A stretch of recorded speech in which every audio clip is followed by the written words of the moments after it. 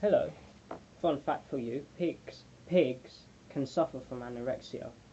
So sorry I got cut off there. The phone rang, so my mum had to go and answer it. So I got frustrated a bit.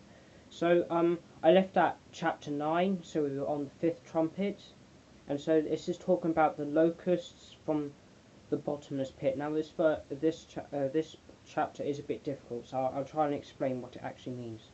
So it talks about an angel who opens a bottomless pit, and then a smoke comes from this pit in the earth, and it releases all these locust-like creatures, and they were commanded not to harm the grass of the earth, so not the vegetation, and they were not allowed to harm anyone with the seal of God on their forehead. So that's anyone who's following Christ during the tribulation, and they were given authority not to kill, but to torment men. And in these days, men will seek death, and they will not find it. They desire to die, but death will flee from them. So basically, in this time, people will be made immortal, basically, because they will not be able to commit suicide because of the because God is bringing wrath on them. So they need to go through this tribulation. So they will not be able to commit suicide. Basically, they'll be made invincible. Now the appearance of these locusts, it says that they were shaped like horses prepared for battle. The heads was like crowns, something like gold, and there were faces like the faces of men, but they had women's hair, and they had breastplates like of iron, and the sound of wings were like the sound of chariots, with many horses running into battle. They had tails like scorpions, and they were stinging the tails, and they were to hurt men for 5 months.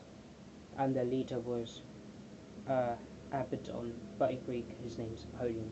So what this possibly is, it's either demonic forces actually tormenting people, and that these scorpions are actually real, and they actually are tormenting people in real life. They can actually see people and sting them, or it is demonic forces, but men can't see them, and they're just going through excruciating torment and pain. So that's my best guess around them. It's either one of those two. Now we go on to the sixth trumpet, and these are the angels of the from the Euphrates. So there's four angels from the Euphrates, and followed by 200 million horses, and they go into Earth to kill a third of mankind. The horses they sat on breastplates of fiery. I saw the horses in the vision, and those who sat on them had breastplates of fiery red, hyacinth blue, and sulphur yellow, and the heads of the horses were like the heads of lions, and out of their mouths came fire, smoke, and brimstone. And so even with these three plagues, so the locusts, the angels, and the 200 million men killing people, the people would still not turn away from worshipping other religions and stuff like that, instead of turning to God. I know it may seem a bit drastic for God to do this, but they've had a long time to accept Jesus as Lord and Saviour, and so now God is bringing judgment on them. So these angels from the Euphrates. Now, what could happen? What this could represent is there's a war in the Middle East. So what the Antichrist does is he gathers his like army. So he breaks it. This is like towards the end of the first 3.5 years. So what the Antichrist does is he gets his army of Islamic jihadists, perhaps. And what they do is they wage a war in the Middle East, and they wage a war in the Middle East, and along with his 10 king coalition, because you may have heard of the beast with the 10 horns and 7 heads and 10 horns. So that's talking about the 7 heads is the 7 world's major empires in history. I'll talk about that later, and the 10 horns of 10 coalition kings. So the Antichrist, his 10 coalition of kings, they'll wage war in the Middle East with their armies, and basically there'll be a major war with them and possibly with another massive supernation, which will be the EU.